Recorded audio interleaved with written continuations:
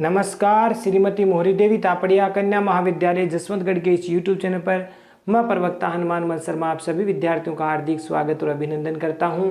प्यारे विद्यार्थियों, बीए तृतीय वर्ष की कक्षा में हिंदी साहित्य विषय के अंतर्गत आधुनिक काव्य जो आपका प्रथम प्रश्न पत्र है।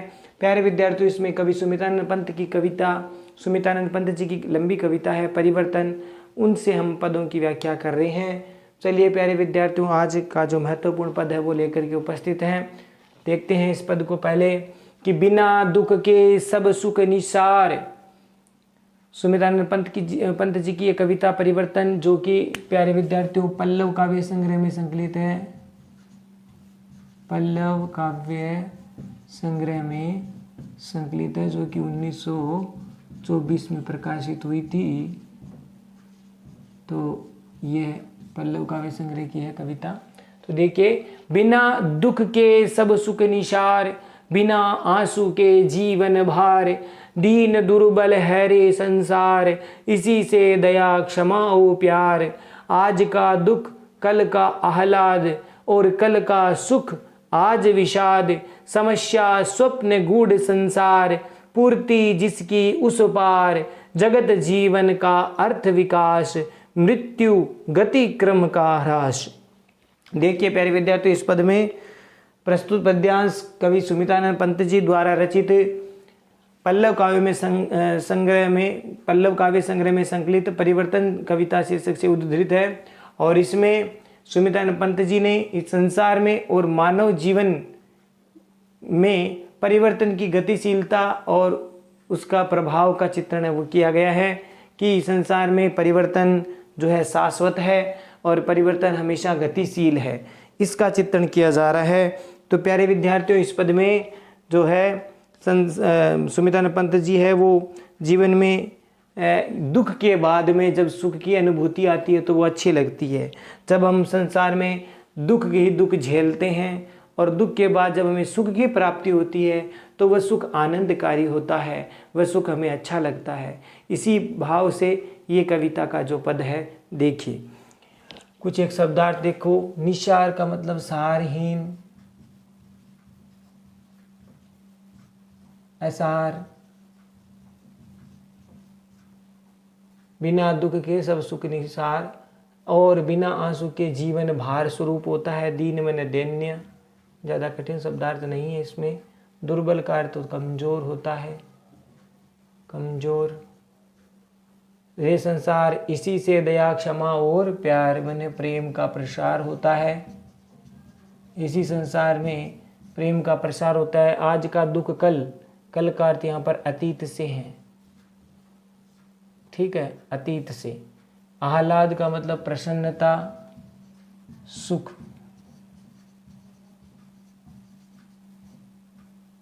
प्रसन्नता वह सुख हो गया। और कल का, ठीक है, आज का दुख कल का आह्लाद। तो यहाँ पर ये कल शब्द है भविष्य के लिए है, और ये जो कल आया है, और कल का सुख, कल का मतलब अतीत का, अतीत का जो सुख है वो है। यहाँ थोड़ा सा परिवर्तन करना, समझ में आ गया होगा। आज का जो दुख है कल का आह्लाद, भविष्य का भविष्य में प्रसन्नता सुख को देने वाला होगा। और जो कल का सुख है, अतीत का जो सुख है, वो आज दैन्य दुख वेदना का कारण बन जाता है। दुख व वेदना। समस्या स्वप्न गूढ़, गूढ़ मने गहरा या रहस्य। समस्या, पूर्ति जिसकी उस पार, उस पार शब्द यहाँ पर जीवन रूपी सागर के उस पार, जीवन रूपी सागर के उस पार से लिया गया है, ठीक है, ये हो गया। और जगत जीवन, संसार में जीवन का अर्थ विकास है, और गति क्रम का ह्रास, ह्रास माने कमी या रुकना,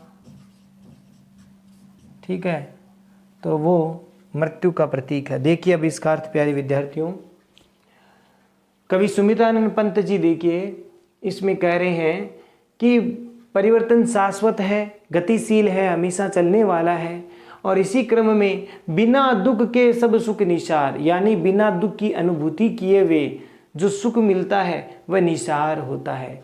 दुख की अनुभूति, जिस चीज़ की आवश्यकता है, जिस दुख को व्यक्ति झेलता है और उसके बाद में अगर उस दुख से उसको मुक्ति मिलती है, सुख की अनुभूति होती है, तो वो सुख अच्छा लगता है। लेकिन दुख के बिना अगर सुख मिल रहा है तो वो निसार है। तो बिना दुख के सब सुख निसार, कभी यहाँ पर कह रहे हैं कि बिना दुख प्राप्त किए अगर सुख मिलता है तो वो निसार है, सारहीन है।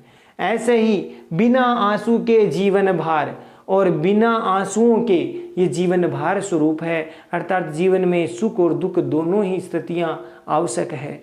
जीवन में प्रसन्नता के भी आंसू चाहिए और दुख के भी आंसू चाहिए। दोनों ही आंसुओं का मोल है, दोनों ही आंसू जो कीमती है, दोनों ही आंसुओं का प्रभाव जीवन पर पड़ता है। तो बिना आंसू के जीवन भार, बिना दुख प्राप्त किए, और अगर आंसू अगर नहीं है जीवन में तो भी जीवन भार स्वरूप, ऐसा कवि सुमितानंद पंत जी कहते हैं कि बिना आंसू के जीवन भार स्वरूप बन जाता है।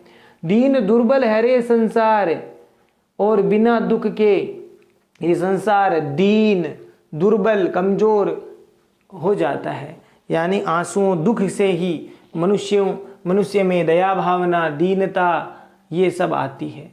तो दीन दुर्बल है रे संसार, अर्थात बिना दुख के ये संसार क्या है, दुर्बल है। संसार का सारा जीवन इन दोनों के बिना, इन दोनों के बिना का मतलब यहाँ पर हम ले सकते हैं कि संसार में सुख और दुख के बिना, संसार में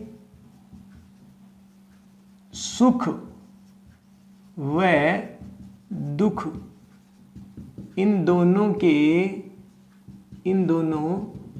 के बिना जीवन क्या है, दीन व दुर्बल है। दैन्यता व दुर्बलता या कमजोर है, कमजोर होता है। ये हो गया इसका अर्थ।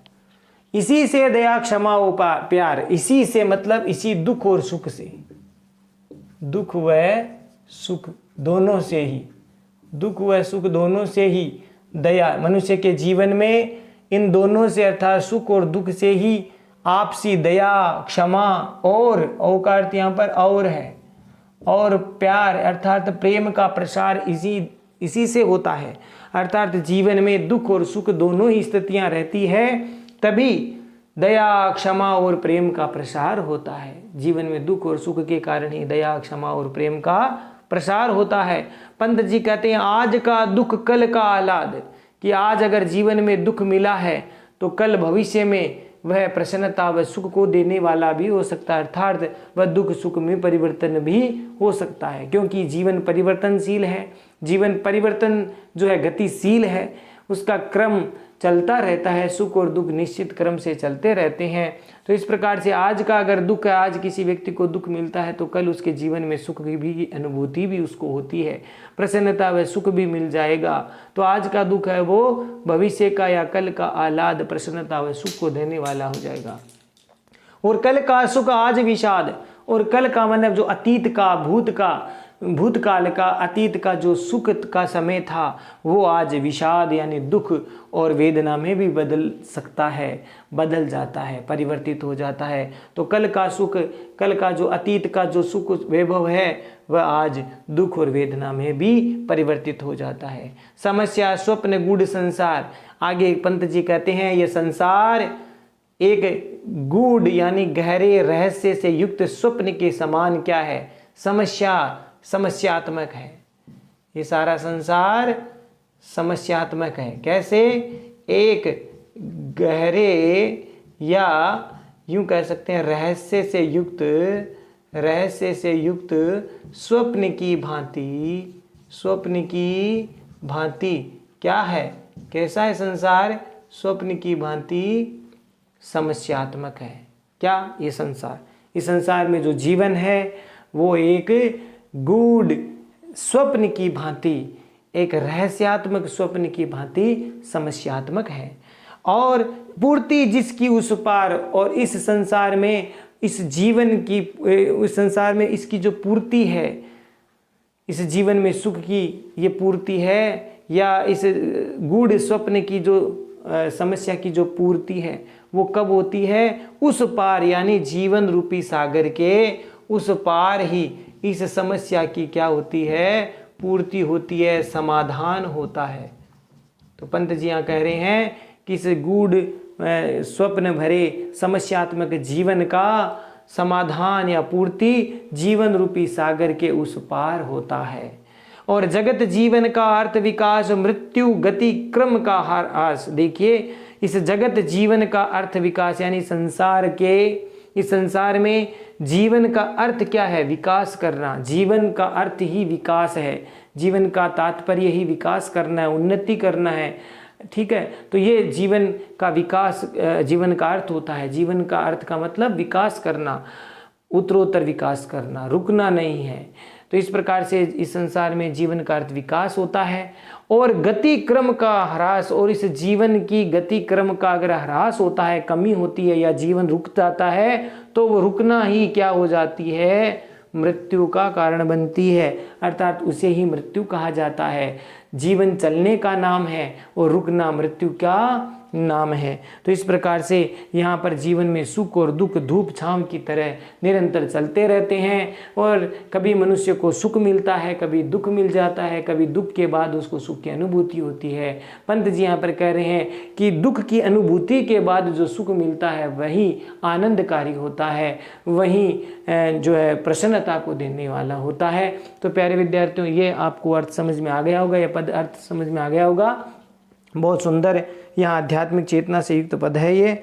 और विशेष वाले पॉइंट में प्यारे विद्यार्थियों आपको यह लिखना है कि इसमें जीवन की परिवर्तनशीलता को महत्व दिया गया है, साथ ही साथ परिवर्तन शाश्वत है और आध्यात्मिक चेतना से युक्त ये पद है।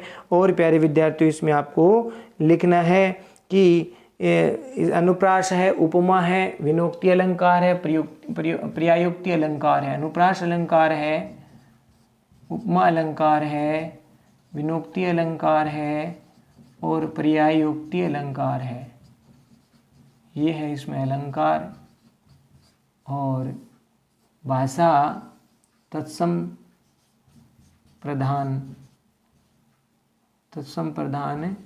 शब्दावली है। तत्सम प्रधान शब्दावली का प्रयोग इसमें किया गया ही है। मुक्त छंद है और छायावादी शैली का इसमें प्रभाव है और आध्यात्मिक चेतना से ओतप्रोत या आध्यात्मिक चेतना को अभिव्यंजित करने वाला है। आध्यात्मिक चेतना को व्यंजित करने वाला पद है। ये आप किस में लिखेंगे? इसमें लिखेंगे विशेष वाले पॉइंट में आप इसको लिख सकते हैं। तो प्यारे विद्यार्थियों, आशा करता हूँ कि ये आपको पद ठीक से समझ में आ गया होगा और बहुत ही अच्छा पद है और आशा करता हूँ आप ठीक प्रकार से इसको समझेंगे, अर्थ ग्रहण करेंगे। तो प्यारे विद्यार्थियों, आज के लिए बस इतना ही। अगले वीडियो में पुनः उपस्थित होंगे सुमित्रानंद पंत जी की कविता परिवर्तन से महत्वपूर्ण पदों की व्याख्या को लेकर के। तब तक के लिए इस पद को ठीक प्रकार से पढ़े, समझे और इसके नोट्स भी बनाए और याद भी करें। चैनल को लाइक, शेयर और सब्सक्राइब करना ना भूलें। जय भारत, जय हिंदी। धन्यवाद विद्यार्थी।